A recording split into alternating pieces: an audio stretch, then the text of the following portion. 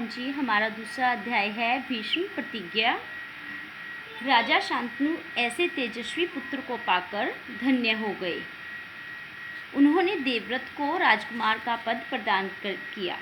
कुछ वर्ष पश्चात जब एक दिन राजा यमुना तट पर गए तो वहाँ उन्होंने एक अत्यंत सुंदर युवती को देखा। राजा उस युवती के प्रति आकृष्ट हुए बिना न रह सके क्योंकि वह बहुत सुंदर थी। उन्होंने उसे अपनी पत्नी बनाने की इच्छा मन में धारण कर ली। उस युवती का नाम सत्यवती था।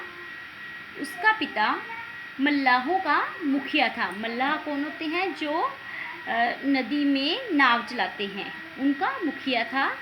राजा ने उससे सत्यवती के साथ विवाह की बात की तो वह मान गया, किंतु उसकी शर्त थी कि सत्यवती के गर्भ से उत्पन्न बालक ही राजगद्दी पर बैठेगा। वह मान तो गया, लेकिन उसने एक शर्त रख दी कि जो मेरी पुत्री के पुत्र पैदा होगा वो ही राजगद्दी पर बैठेगा। आपका जो बड़ा पुत्र है देवव्रत, वो नहीं बैठेगा। राजा को यह शर्त अच्छी नहीं लगी और वे नगर को लौट आए। अब राजा मन ही मन निराश रहने लगे। देवव्रत ने समझ लिया कि उसके पिता मन ही मन किसी चिंता में घुले जा रहे हैं। उसने अपने पिता के समक्ष जाकर विनम्रतापूर्वक पूछा कि आपकी चिंता का क्या कारण है। शांतनु ने बात को टालने का प्रयास किया, किंतु कुशाग्र बुद्धि देवव्रत समझ गया।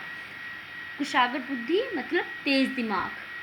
उन्होंने नहीं बताया, लेकिन फिर भी वह सारी बात को समझ गया। उसने राजा के सारथी से सारी पूछताछ की और तुरंत यमुना तट पर पहुंचकर केवटराज से बात की। केवटराज कौन है? सत्यवती के पिता। उसने अपनी वही शर्त दोहराई जो राजा शांतनु के सामने रखी थी। देवव्रत ने केवटराज को वचन दिया कि उसके पिता की मृत्यु के पश्चात उसकी बेटी सत्यवती का पुत्र ही राजा बनेगा, किंतु केवटराज इससे संतुष्ट न हुए और कहा कि मैं आपकी बात का विश्वास करता हूँ, और यदि आपकी संतान ने राज्य छीनने का प्रयास किया तो इसके लिए आपके पास क्या उत्तर है?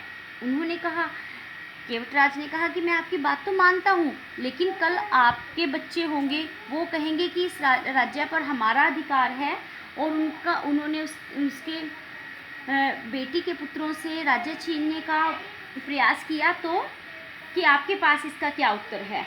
केवटराज का यह प्रश्न बहुत चौंका देने वाला था। देवव्रत अपनी पितृभक्ति से जरा भी विचलित नहीं हुए और उन्होंने गंभीर स्वर में कहा कि मैं जीवन भर विवाह नहीं करूँगा, मेरी संतान ही नहीं होगी। तो उन्होंने उसी टाइम प्रतिज्ञा कर ली कि वह जीवन भर विवाह नहीं करेंगे और न ही उनकी कोई संतान होगी। ऐसे तरुण कुमार से किसी ने आशा नहीं की थी कि इतनी भीषण प्रतिज्ञा करेंगे। तरुण मतलब युवक से इतनी किसी ने आशा नहीं की थी कि वह इतनी भीषण कठोर प्रतिज्ञा करेंगे। इसलिए उसी दिन से उनका नाम देवव्रत से भीष्म पड़ गया।